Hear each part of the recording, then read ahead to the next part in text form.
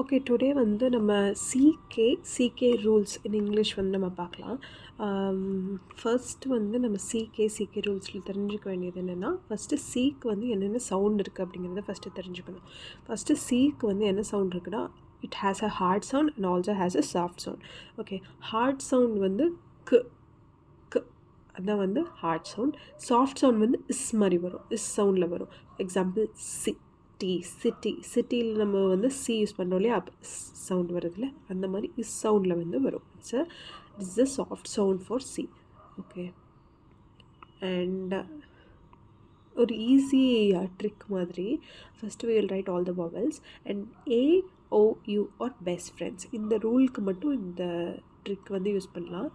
A, O, U இவங்கெல்லாம் best friends. E and I வந்து அவங்க ரெண்டு பேரும் பெஸ்ட் ஃப்ரெண்ட். ஓகே, ஸோ இவங்கெல்லாம் ஒரு குரூப், இவங்கெல்லாம் ஒரு குரூப் அப்படின்னு நம்ம ஞாபகம் வச்சுக்கலாம். It's easy for the kids to remember. ஓகேவா? ஸோ ஃபர்ஸ்ட் ரூல் என்ன அப்படின்னா, C comes before A, O, U. Always.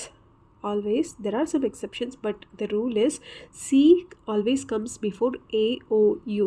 Okay, the vowel ஏங்கிற வவலுக்கு முன்னாடி தான் சி வரும். இப்போ நம்ம சொல்லும் போது, நம்ம கிட்ட சொல்லும் போது கேட் அப்படின்னு சொல்லிட்டு நம்ம எழுத சொல்கிறோம் அப்படின்னா, சே தெம் தட் அந்த சவுண்டுக்கு நெக்ஸ்ட் என்ன வவல் வருது அப்படிங்கிறத செக் பண்ண சொல்லுங்கள். நெக்ஸ்ட் வவல் வந்து AOU சவுண்ட்ஸில் இருந்தது அப்படின்னா, then they will have to write this C. Okay, A sound, right? So it applies for all. Okay, so this is the rule 1. Next is rule 2. Rule 2 என்னன்னா, இந்த K எழுதணும் எப்போ அப்படின்னா, this K always comes before E and I. Okay, before E நம்ம சொல்லும் போது guide அப்படின்னு சொல்கிறோன்னா, ஐ சவுண்டு வருது இல்லையா? ஸோ ஐக்கு முன்னாடி என்ன யூஸ் பண்ணுவோம் அப்படின்னா, ஐக்கு முன்னாடி always we use this K. Okay, and ஈக்கு முன்னாடி இந்த கே தான் யூஸ் பண்ணுவோம். But there are some exceptions, நம்ம பின்னாடி பார்க்கலாம். But this is the rule. Okay, so this is the rule. K always comes before E and I. And the third rule is the CK rule. CK rule எப்படின்னா, CK always comes right after a short vowel. Okay, for example, ak, a is a short vowel, right? short vowelக்கு கடைசியில் வரும். Mostly வந்து CK வந்து அந்த end of the வேர்டில் தான் வரும். So அப்போ வந்து நம்ம ஒரு வேர்டு சொல்லும் போது ஃபஸ்ட்டு அந்த கிட்ட என்ன பண்ணணும் அப்படின்னா, ஆ சவுண்ட், ஒரு ஷார்ட் வவல், மட்டும் இல்லை, எனி ஷார்ட் வவலுக்கு நெக்ஸ்ட்டு வந்து அந்த சவுண்ட் வருது, சவுண்ட் வந்து கேட்குது அப்படின்னா, so they will have to write CK.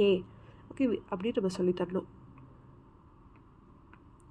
So it's a quick reminder. C always comes before A, O, U and K always comes before E and I, and CK வந்து usually comes right after a short vowel and also at the end of the word. Mostly at the end of the word தான் வந்து நம்ம CK use பண்ணுவோம். This is the rule. But so இதை வந்து கிட்டுக்கு எப்படி ஈஸியாக சொல்லி புரிய வைக்கலாம் அப்படிங்கிறத பார்க்கலாம். ஃபஸ்ட்டு வந்து நம்ம இப்போ ஒரு வேர்ட் சொல்கிறோம் அப்படின்னா, அவங்கக்கிட்ட வந்து சவுண்ட் வந்து ஸ்டார்டிங்கில் வருதா இல்லை எண்டிங்கில் வருதான்னு பார்க்க சொல்லணும். Okay, if it is coming at the starting, mostly வந்து C and K தான் இருக்கும். ஓகேவா? இப்போ C and K எப்படி ரூல் அவுட் பண்ணுறது அப்படின்னா, சிக்கு அடுத்து வர வவலை செக் பண்ணணும். அடுத்து வர வவல் வந்து AOUவாக இருந்ததுன்னா we will have to use this C. அதுக்கு சி சவுண்டுக்கு அடுத்து வர வவல் வந்து I and E and ஐயாக இருந்ததுன்னா we will have to use K. அப்படி இல்லை, எண்ட் ஆஃப் த வவலில், எண்ட் ஆஃப் த வேர்டில் வந்து நமக்கு சவுண்டு வருது அப்படின்னா, and also right after short vowel வருது அப்படின்னா we will have to use CK. இது வந்து ஸ்பெல்லிங் ரூல்ஸ்.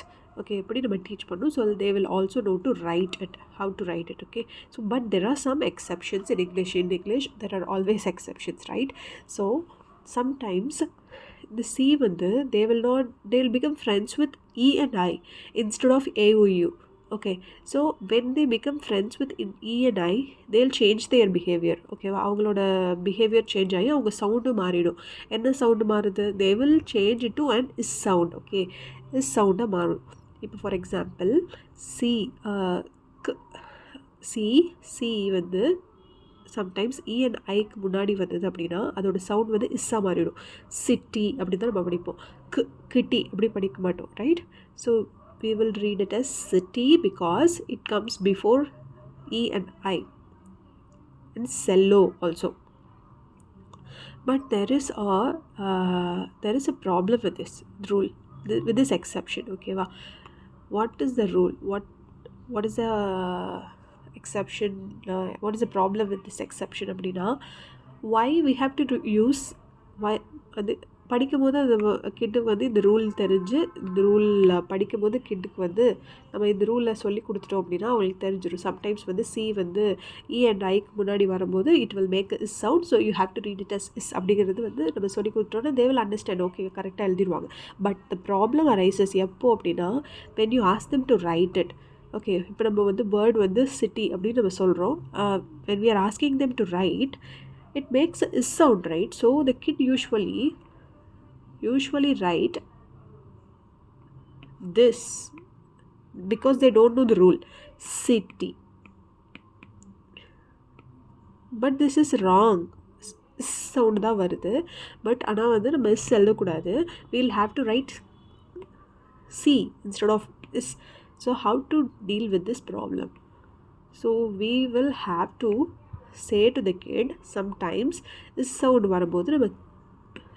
வரும்போது நம்ம சி யூஸ் பண்ணுவோம். எப்போ? பிகாஸ் இங்கிலீஷில் இருக்க எல்லா வேர்ட்ஸுமே வந்து they are not original to English. Okay, English has borrowed so many words from other languages.